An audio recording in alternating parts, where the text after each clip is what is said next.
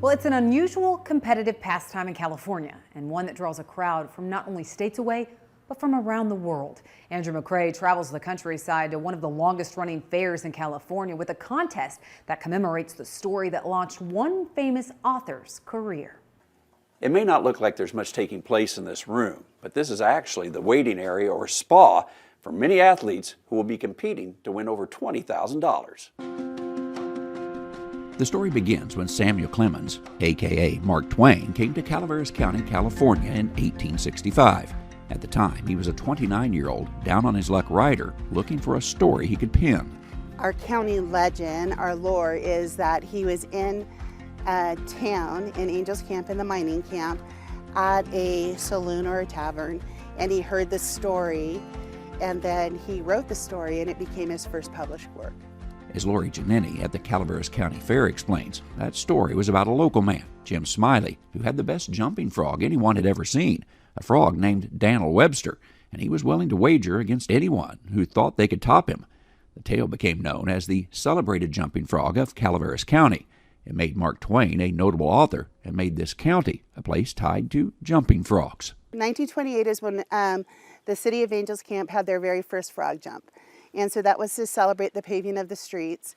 And then they actually outgrew that location. Thousands and thousands of people ended up coming to that.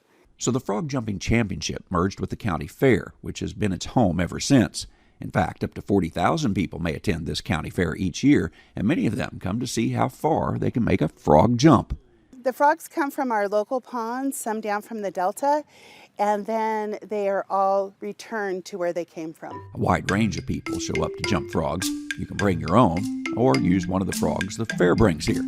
Is Frog Froggy. We have teams that have been jumping frogs here for 40, 50 years. They're very competitive.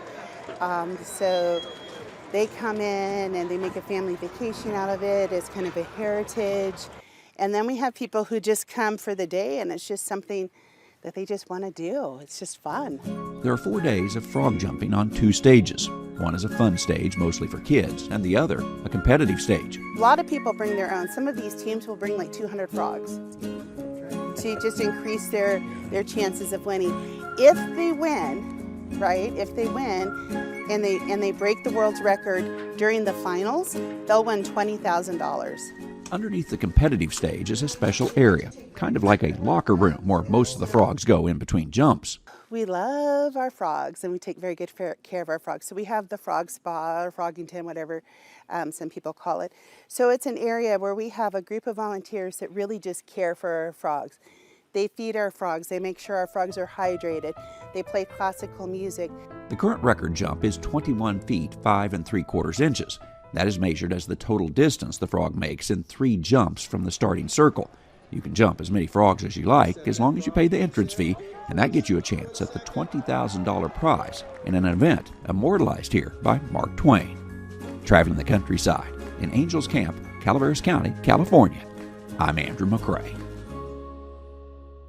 Thanks, Andrew. You can check out more of Andrew's travels on Farm Journal's YouTube page.